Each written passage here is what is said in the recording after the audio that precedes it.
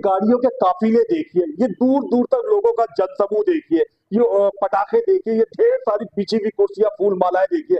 ये ये 120 शहीद सैनिकों की कलश यात्रा है, जिसका आज यहाँ पर समयपुर में और बादली में शुभारंभ है, यात्रा है। और उसके स्वागत के लिए प्रमुख यादव समाज के धर्मवीर यादव जी मौजूद है। आइए इन्हीं से पता करते हैं। ये आज का कार्यक्रम के मुद्दे पे बताइए धर्मवीर जी। जी नमस्कार।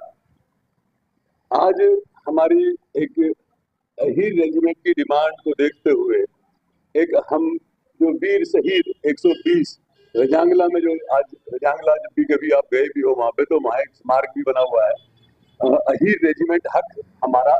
ये एक हमने एक मुहिम चलाई हुई थी, उसके तहत हमारे वहां जो वीर शहीद हुए थे उनकी मिट्टी को लेकर कलश में, और उसको पूरे हिंदुस्तान का भ्रमण करते हुए राजघाट पे उसका समापन किया जाएगा। तो ये यात्रा बहुत लंबी है और पूरे हिंदुस्तान में जगह जगह हर गांव कस्बा होती हुई आज वो दिल्ली पहुंची है। दिल्ली के बादली गांव में पहुंची है, जहां बादली गांव के सभी सर समाज के लोगों ने उसका भव्य स्वागत किया।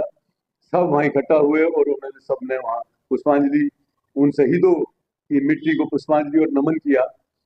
और नमन करने के बाद हमने उसको गांव से समयपुर की तरफ विदा, अगले गांव के लिए विदा किया। लगभग भारत के 20 राज्यों से ये शव कलश यात्रा गुजर चुकी है और तकरीबन बिहार से 23 अप्रैल से शुरू हुई थी। आज की तारीख में यहाँ इस समय में बादली और समयपुर गांव पे है। समयपुर गांव के अंदर में मैं आपको बता दूं कि तकरीबन जितने भी मुख्यतः लोग हैं, प्रधान टाइप के लोग हैं, उसके स्वागत के लिए वहां मौजूद है। कौन कौन प्रमुख लोग वहां पर मौजूद रहे धर्मवीर जी? अभी बादली गांव के जो सारे मुख्य जो साथी थे, चाहे वो किसी भी पार्टी से थे और किसी भी समाज से थे, जो हमारे मुख्य मुख्य लोग थे, सबके नाम तो क्या लेना, आपने फोटो भी देखे होंगे। वहां सभी पहुंचे हुए थे और सबने ही अपनी जो वीर शहीदों की मिट्टी को नमन किया, और नमन करके वहां से उन्होंने उसका एक भव्य एक स्वागत करते हुए बैंड बाजे के साथ वहां से राष्ट्रीय ध्वनियों के साथ बादली गांव से निकालकर समयपुर गांव में अब वो प्रवेश की है, और हम समयपुर गांव में उसको यहाँ तक विदाई देने के लिए आए। मैंने भारत के थे, ये नहीं कि वो सिर्फ एक ही समुदाय के थे। इसी तरीके से शैतान सिंह जो इस जब जंगला में लड़ाई हुई थी तो उसके मुखिया थे, पूरे भारत के थे। एक सैनिक, एक खिलाड़ी, एक समाज का नहीं होता, सभी का होता है। फिर भी यादव समाज उन शहीदों की स्मृति को याद करते हुए भारत सरकार से कुछ निवेदन कर रहा है। क्या निवेदन कर रहे हैं आप पिछले कई सालों से भारत सरकार से, आर्मी ऑफिसरों से? हमारा एक ही निवेदन है भारत सरकार से कि जब सभी समाज की, सभी क्षेत्रियों की अगर रेजिमेंट है, तो क्या यादव समाज जो हिंदुस्तान में सबसे ज्यादा पॉपुलेशन में है, क्या उनके नाम की एक रेजिमेंट बनना कोई अपराध थोड़ा ही है? तो सरकार, देश का प्रधानमंत्री, देश का गृह मंत्री, सब रक्षा मंत्री ये सोचे और देश के लिए एक बहुत बड़ी एक मुहिम है कि अहीर रेजिमेंट होनी चाहिए।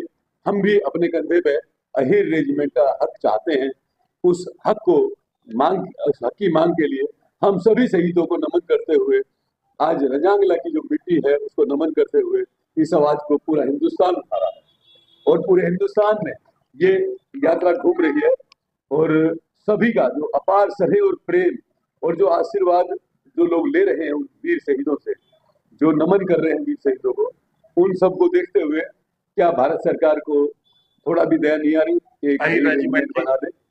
अच्छा, अहीर रेजिमेंट की जो आपकी मांग है, इससे पहले बहुत सारी रेजिमेंट मौजूद है ना, मतलब बिल्कुल, Gorkha regiment, Jat regiment, Punjab regiment. किसी रेजिमेंट से कोई एतराज नहीं है, सबकी हो, लेकिन जब सबके नाम की है तो एक अहीर रेजिमेंट, पंजाब में सिख रेजिमेंट है, जाट रेजिमेंट है, राजपूताना है, तो क्या हमें कुमाऊं में, औरों में जाना पड़ता है? और जो रेजिमेंट है वो हमें थोड़ा बहुत नाम नहीं देती, अपने नाम से हमें यूज करती हैं। हमारे देश के लिए हम भी मर मिटे हो तैयार है, तो क्या हमारा नाम भी हो जाए? क्या दिक्कत है? हम यही चाहते हैं कि भाई अहीरों का भी एक नाम हो, जहां से अहीर भी अपने आप को गर्व से कह सके हम भी इस भारत देश के वासी है, हम भी इस देश के लिए सबसे ज्यादा अगर कोई शहीद होता है तो वो यादव होता है। सबसे ज्यादा लड़ाई लड़ने में जो मजबूत है वो यादव है। आपको भी पता होगा, जहां तक हिस्ट्री उठा के देख लो, अहीरों ने बहुत बलिदान दिए हैं, और उस बलिदान का मतलब ये नहीं कि हमारे कंधे में हमारा नाम ना हो।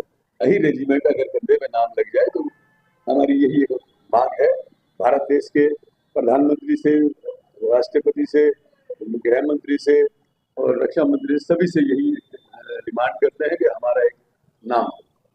अलग अलग जगह 22 राज्यों में उसका स्वागत हुआ, उसका अभिनंदन किया गया, सभी ने स्वागत किया, लेकिन समय पर बहादुरी वालों ने भी वाकई पूरा भरसक प्रयास करके अभूतपूर्व उसका अभिनंदन समारोह किया, भव्य कार्यक्रम किया। ये धर्मेंद्र जैसी पर्सनालिटी वाले धर्मवीर यादव की एक आवाज पे एक ही रात में ढेर सारे लोग वहां पे इकट्ठा हो गए। धन्यवाद के लिए सबको क्या कहना चाहेंगे? अंतिम बात। मैं अपने सभी गांववासियों को धन्यवाद करता हूं।